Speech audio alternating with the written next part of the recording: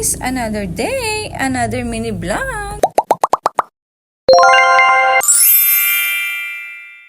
For today's ganap nga mga Mara, isamahan nyo naman kami pumunta sa ganito kagandang resort. Kaya umaga pa lang ay bumiyahe na nga kami ng aking asawa. Medyo malapit nga lang ito sa atin mga Mara dahil boundary nga lang ito ng San Pedro Laguna at Dolores, Quezon. Dito nga yan sa Misinas Vanessa Farm and Resort. Eto nga yung narating na 60 pesos natin mga Mara. Tignan nyo naman kung gaano kalawak at kaganda itong lugar. At kung mahilig kang mag-camping at mahilig ka rin mag-swimming at love mo ang nature, ay nako, perfect na perfect itong lugar na to para sa inyo. Napakalamig nga rin daw ng tubig dito mga Mare, pero hindi nga tayo naniniwala dyan hanggat hindi natin nasusubukan.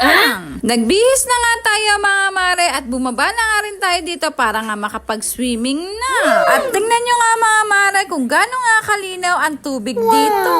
At mga Mare, totoo nga ang chismis na napakalamig talaga ng tubig ng resort na to. Sa sobrang lamig nga mga Mare, paglusong mo gusto mo na nga umahon agad, charis. At hindi na mahalata mga Mare na enjoy nga kami mag-asawa. Dahil mga Mare, ito nga yung goal namin mag-asawa na kahit may mga anak na kami ay magkakaroon pa rin kami ng quality time together. At nung nakaramdam na nga kami ng gutom mga Mare, ay umahon na nga muna tayo para nga kumain. Sulit na naman ang buong araw natin mga Mare. At kung mga drawing pa nga yung mga summer getaway nyo, nako mga Mare, subukan nyo na nga itong resort na to. Yun lang mga Mare. Thanks for watching everyone. Bye!